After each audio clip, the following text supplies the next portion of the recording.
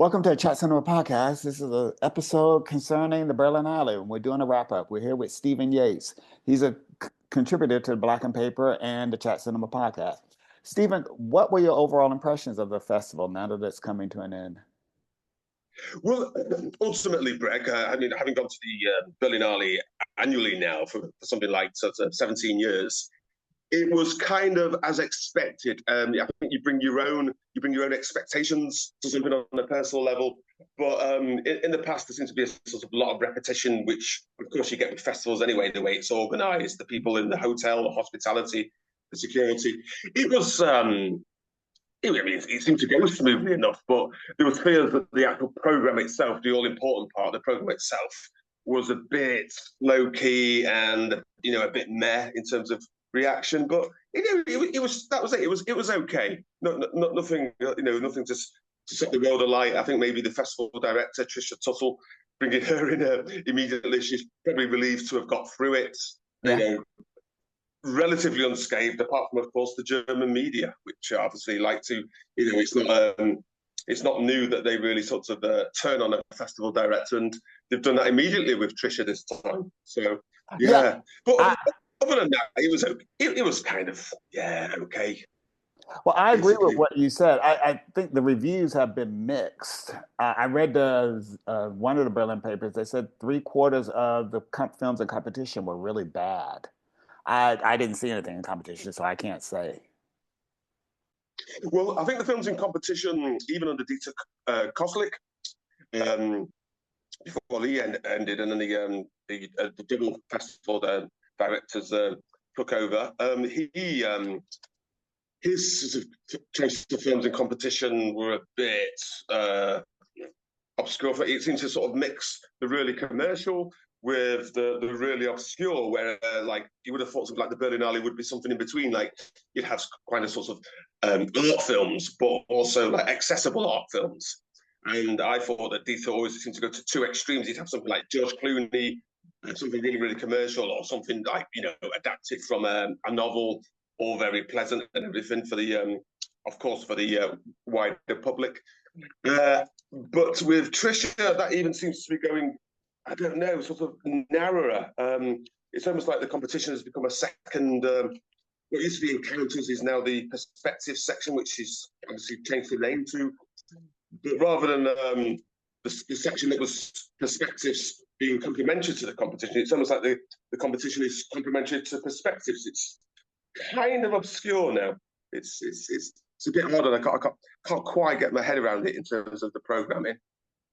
So that's my initial feeling, Breck. I don't know if you can deduce anything from that or from my comment, but yeah, it's just like the competition section now in terms of content or what it's trying to, put an identity on. It now seems to be here or there at this stage.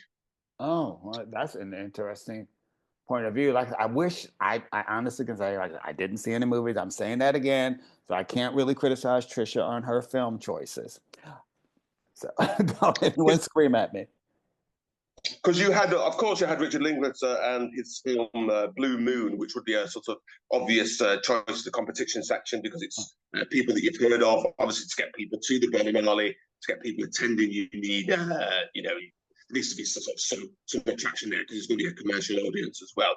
So you had that because, of course, Ethan Hawke was in it as well as a very big name. And then you had that film like Dreams by Michael Franco with Jessica Chastain. She's like kind of like a star now, but just like Ethan Hawke, they're stars, but not like too commercial either. So I think in terms of those two films, that fits into this sort of what the Berlinale is trying to achieve, like known names, but at the same time like artistic. And then after that, it all goes quite sort of obscure, really. I mean, you've got the Berlinale specials, which again cater for the more commercial crowd. But we talked about that before and how, like, the films like a complete unknown. Yeah. Complete unknown. Like they won't be released in other countries. And like the Berlinale's, like showcasing films that are already released in other countries. 3 months later, who cares? Yeah. So that was like, Berlinale was all. I mean, A-list festivals are all about firsts, and sort of major coups in terms of getting the film's world premieres. So That was really odd. And then, Well, of course, yesterday we had this. Sorry, after you. no. What we saying yesterday? What'd you have? Wasn't there this Romanian film yesterday, or what was that? Was on Thursday? Oh, the film. There was not Mother's. There was Mother's Baby, and then there was Continental. It was the Okay. film Continental 25. That's right. Set in Cluj, which is in Transylvania, and there was this female bailiff who's from Hungary. So she's living in Romania, so she has to sort of deal with this, like xenophobia, I suppose you could call it, while also being, very sort of out of sorts in her actual job and the sort of culture of Romania, because she's a bailiff, and the guy that she evicts. I'm sorry, I don't know, it's a sort of spoiler, but it has a sort of tragic ending, so she questions her life after that. That was a very good film for competition, actually, because Oh, even though really? it's a sort Okay. of foreign film, it was like quite accessible, and like a subject matter that you could really sort of feel aligned with. So I mean, I don't think it matters so much at the Berlinale that films are from other countries or directors or actors you might not have heard of. I think it's good if they're accessible. So when you've got that and it's combined with a couple of films with known names that are also quite artistic, I mean, then you've got a sort of competition that the Berlinale should be producing.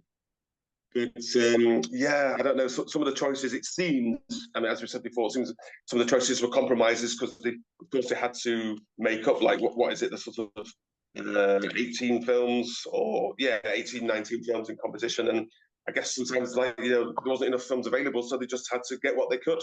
It has that feeling of, grabbing what they could really at this time. Oh, that's really something. That's saying a lot. Yeah, well, Yeah. like you said before, a complete unknown. Red carpet on a Friday, the first Friday of the festival. I'm not saying anything. Mm-mm. Was there anything you really liked? Did you see any films that you um, really recommend? well, there's a film called Ari, which was from like a France and Belgian co-production about a teacher who quits his job, and then of course he's finding stuff. He's like he collapses at work. He's a primary school teacher, and he's one of these people that had a very sort of laid back attitude to life.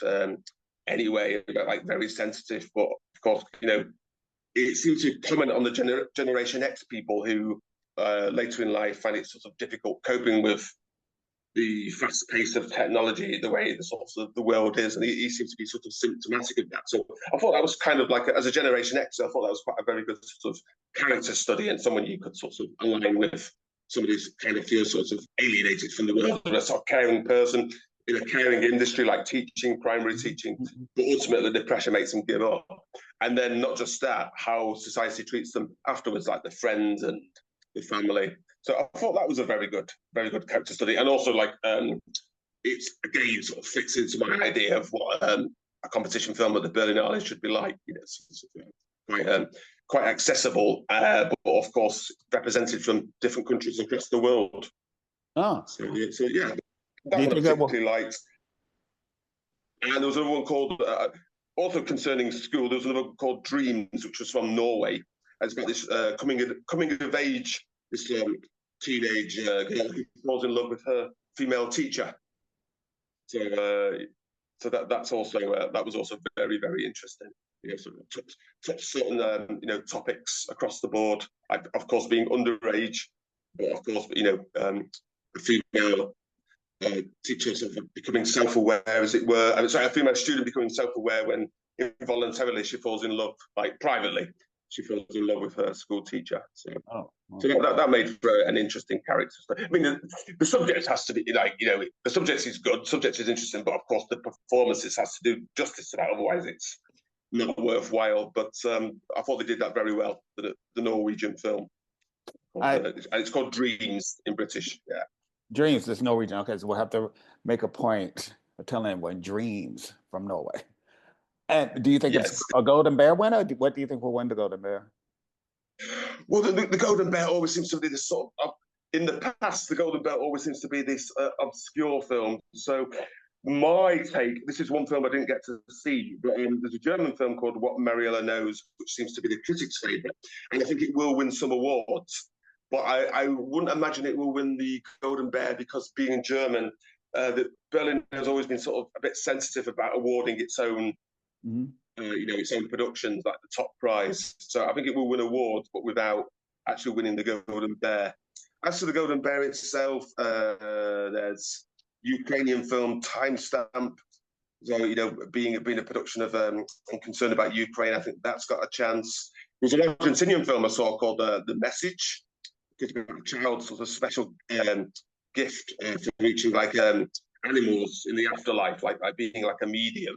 That was a real sort of slow-paced, contemplative, film. It's filmed in black and white as well. That would for me be a so-called dark horse to win the Golden Bears. So it's a film called The Message, and it's from Argentina. And it's like heavily stylized, but very, very, very good acting. Actually, like there's not so much dialogue, so it sort of draws you in. And I quite enjoy the film, the production values. The director I thought was very good. So that might be my outside bets, as it were, for the Golden Bear. But of course, we will see. Oh, that sounds very, very yeah, absolutely. And then there was also the film called Yunnan, which had Hannah Shaigula, who's worked with Fassbinder a lot in the 70s. She's, of course, she's older now, and I've not seen her for a few years, but she's still a great actor. And it's on a remote island where a guy is initially comes to commit suicide, to take his own life. But then he stays at this guest house, and he meets the woman there, and he just through her, he just gradually gets his zest for life back. He cancels his own suicide and slowly feels his way back, and that's a very good film. So it's called Yunnan, and it's a German-Arabic co-production. But I did enjoy that one. Why do the Berlinale titles or the film's synopsis, they're all a bit depressing, especially given being in Berlin in February? I know. It's like I sometimes wonder, because when you go to a festival every year, sometimes it's difficult to distinguish between the years. When you think back to 5 years ago, you think, oh, was that 2019 or was that 2017? And it all sort of compresses, and it sometimes seems to be that the titles in competition are kind of like similar as well. Yeah, there's this Berlin-sounding title in the competition films, so that's also very interesting. Well, going back to what we were speaking of, the films they could get. I think the film festival, they were really relying more on the stars coming than the actual films. That's right. Impression to really right. Raise the profile and give the festival a bit of a boost. They relied on Timothy and Robert Pattinson and Tilda. Right. They kind of overshadowed the movies, I thought. And then, of course, the politics did sneak in, but this is Berlin. I like I said, none of those films really set the world on fire to me. No, not. But I think also, well, certainly not from the media, as we know, as we've mentioned a few times, but I think Trisha Tuttle is being given grace because of the circumstances that she's come in. So I think she's been given grace this year. But of course, as long as there's no major things happening in the world next year, and she gets a clear agenda to do her own, put her own stamp on it. I think, of course, in the next 2 years, it was going to be crucial for her to try and elevate the festival again, because as we said, it has gone down. Yeah, and I think this is in danger. Yeah, it is in danger. But like I said, I think it could be a solid, reliable second-tier festival. I don't think Berlinale will ever be A-list near the statue of Cannes. But especially since they've been pulling, absolutely. Especially since they've been pulling the budget as well. Yeah. If the German whoever's cultural responsible minister, for providing the funding, they can suddenly turn around and say, the festival's it's gone down anyway, so we're not going to give funding because no, it's gone down because you pulled the funding in the first place. It's in that order. Yeah, and the CDU is already threatening So it's going to be interesting to see what happens because everybody, we have the elections tomorrow, and if the CD, Absolutely. the person who may be in charge of the cultural budget, the cultural ministry, he's already said I may cut it. Right. There could be some problems. Right. And hopefully there won't be any controversy tonight at the during the award ceremony. Let's say a prayer here. Fingers crossed there. Yeah, absolutely. All right. Absolutely. Anything else? No, so just in summary, it was a festival that was kind of as expected, but at the same time, no worse than that. You know, I didn't expect the attendance to be so good after the first few days, and as you saw yesterday, it was very quiet. But it kind of gets quiet. It got quieter in previous years. Just at this time, it got really quiet, and maybe the bad weather was a small factor or something. But yeah, so as expected, but at least the small optimism to take away from it. It wasn't any worse than expected. So or even just one notch better than it, just very slightly better than expected in terms of sort of reception and general atmosphere. Yeah, very very low key as expected, but at the same time, there's just a slight bit of resonance there, or whatever you like to call it. So maybe it will slowly, pick itself up again. We shall see. Well, fingers crossed, and maybe I'll attend next year. Good luck, Tricia. It would be good to see you there. Be good to see you there, Greg. Absolutely. We need larger than life characters sometimes to give shine to the festival. Thank you, Stephen. Good. Great to see you, Greg. Speak again soon. All the best.